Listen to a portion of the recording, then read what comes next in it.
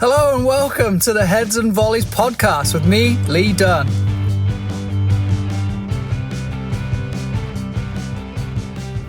This episode is going to explore the training environment that you have within your own team, and then perhaps if you have the impact across a club, what you're doing across the club.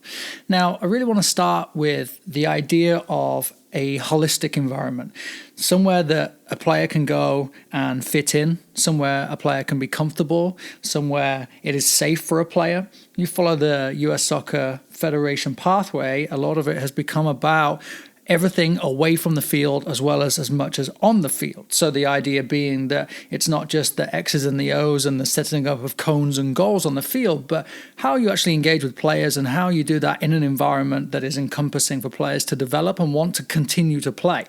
Majority of us are working with grassroots level players, whether that's competitive or recreational. I still call it grassroots because this is the grassroots before the players go on to the next level, whether they're looking at high school or college and even into the pros. So working in this grassroots environment, how do you encourage and embrace every single individual? Coach an 11v11 team, you might have 18 players, you might even have 22 players in some instances. How do you get to know every single player? How do you challenge every single player? And this comes from a personal perspective when I was younger and coming through my own soccer experience and joining teams and having different experiences with different coaches where there may be a macho bully type coach that put me off or didn't quite embrace or ask questions or simply told me what to do. I was having issues outside of soccer too, personally. So then I go into the sport that I love, and then I'm facing the same issues from the people who are supposed to be providing the environment for me to play. Then look at taking that into your own environment now, thinking about where your players are coming from. We've just had a year off in California. Season just started last weekend, so I know we're probably 6 months behind the rest of the country, but we've had players not in training environments for so long. Now, what are we doing for those players when they come back? Can we embrace them further? Can we improve? Can we develop our training environment to be all that more encompassing? Can we improve it so much more that these players are all in when they come back to soccer and not just thinking about maybe I kind of missed soccer or it's just a habit, but it's actually the place that I really want to be.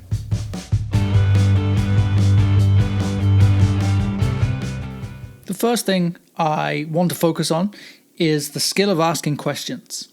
And not just how are you or kind of what's going on in your life, because they tend to elicit baseless answers. It's like when you see your neighbor outside and you ask, hey, how are you? You don't really care how they are, or at least I don't think you do. Most people probably don't. I know often I ask that same question hollowly, and then perhaps I get into a conversation with someone and sometimes I think, oh, why did I do that? Or other times I actually feel enlightened because they actually gave me an answer. But it's super rare to get a sort of conversation from a how are you type question. So getting to know players on an individual level, I always have a challenge for myself when I work with a group of players or with a team. Can I have an individual point of contact with every single player? So again, 18, 22 players, that's a lot of time to focus on individuals and not just the overall coaching of the environment.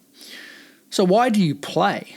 What do you want to achieve within the game? Where do you want to go with the game? Do you just like to play soccer because it's fun? Or do you like to play with your friends? Do you want to go to college? Do you want to be a pro? How do I know these things about you? And I've been a long time advocate of IDPs. And the IDP will give you as much information as you need to then be able to engage with that with every single player at training, because you know what their goals are, you know what they're working towards.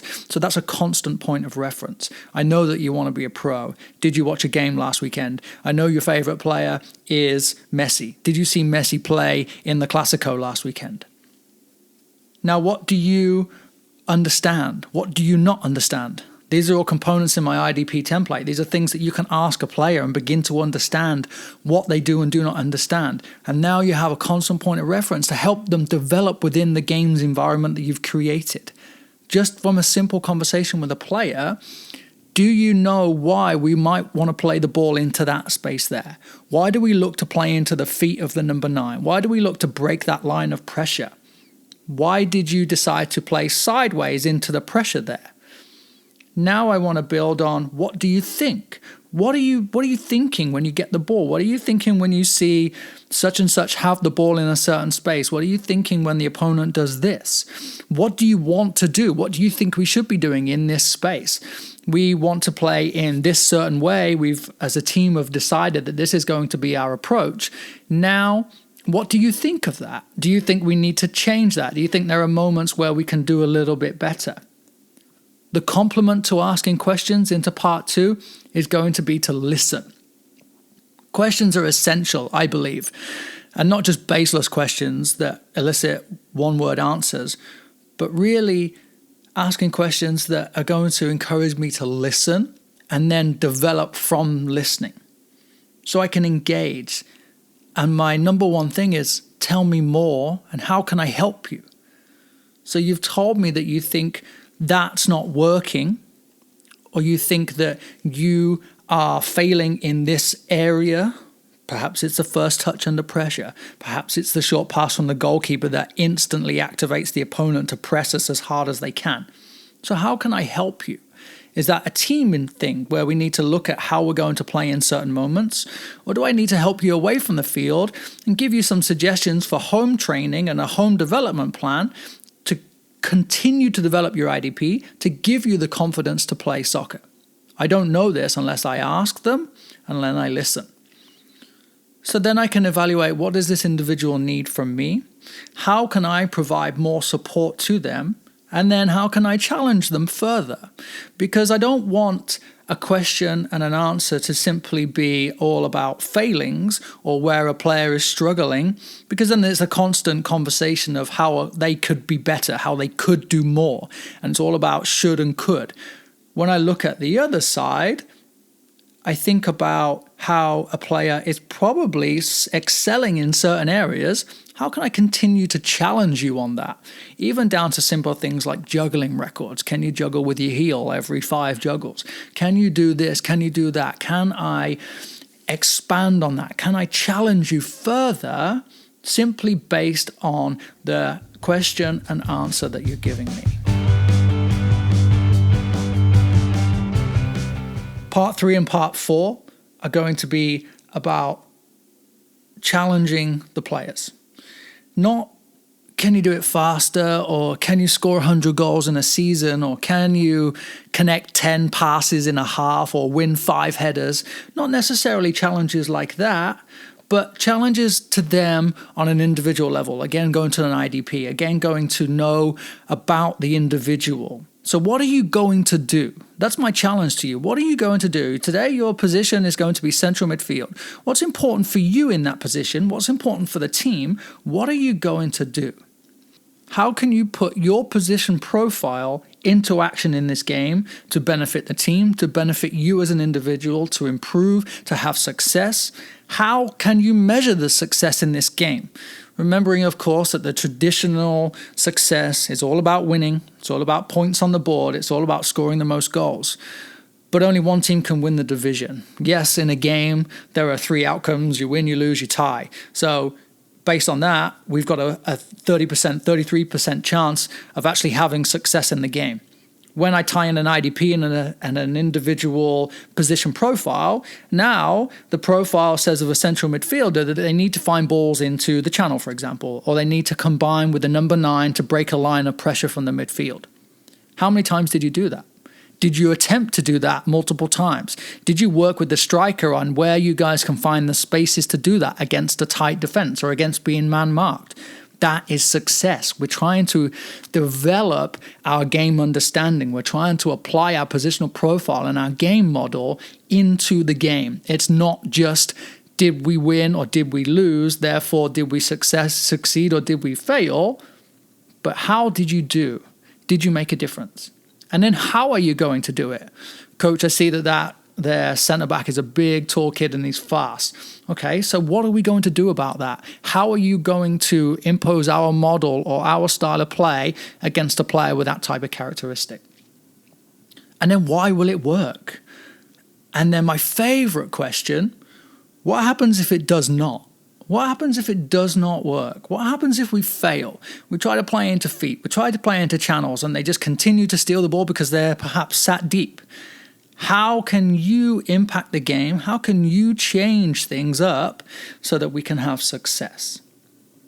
Which takes me to part 4 of guiding and not just giving answers. Not just saying that we're failing playing into feet, so I want you to do this. But instead, using moments within the game. Youth soccer has rolling substitutions, which are a wonderful tool to take a player off and observe in the heat of the moment exactly what's happening. Then I can talk to that player and say, why do you think that's happening? How do you think we can get around that? Do you want to know what I think? Or perhaps, why don't you go and try what you just said? Why don't you go and give it a go? Or why don't, from a coach's perspective, what about if we tried this? Do you think you could do that? Do you think you could do that? Now, in the heat of a game, in the chaos of the moments, it's tough. There are very few trends within youth soccer, I find typically, especially in the grassroots level, there's very few trends. So very infrequently will the same player get the same ball in the same space and look to make the same sorts of passes. Or tend to, if they do, and a typical trend would be taking a short corner. You may get 1 or 2 short corners in, and then every time you get a corner from there on out, the opponent is going to be set up to defend against a short corner. So there's a trend that we can make a change to. We look to play long and over the top. A clever team, a clever coach may start dropping away or starting to force the play in certain ways. So there will always be moments of trends, but you often find that your game model may be a little too complex or a little too deep for trends to really show themselves. So then we're going to take away just those few moments and those position profiles of when a player is looking to do certain things and then guide them through that. How can you control this moment? How can I control this moment with you? How can I encourage you in this moment? How can I guide you to keep trying it, to give it a go? And I'm going to ask those questions. I'm going to listen. And then from the challenge will become my guide for those players.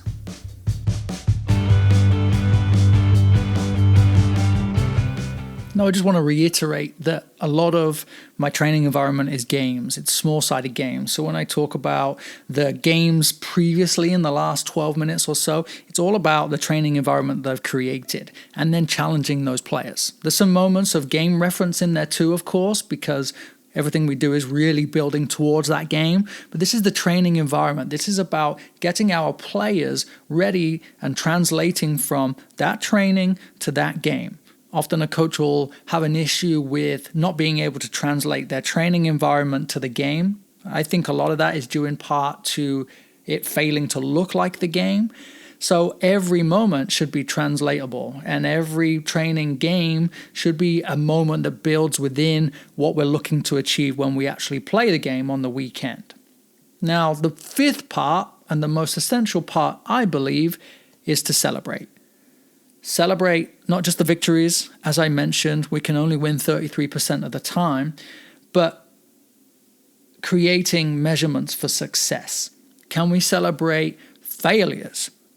Can we celebrate the amount of times a player has tried to play a certain pass or has tried to connect with a certain player in a certain area of the field as a failure because they tried it, and then use it as a learning moment to encourage them to continue to work on that, because that's part of our game model, that's part of their position profile? Can we celebrate individual success?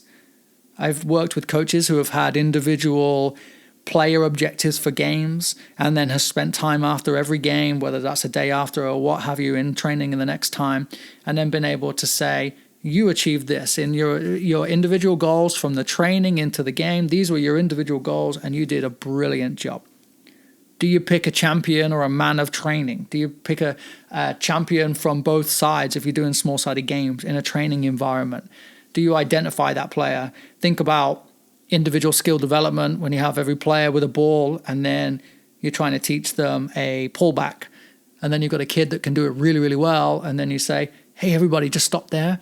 Just have a look at Carlos over here. He's doing a pullback. Look how great he does it. That's individual success. Can you do that within a small-sided game?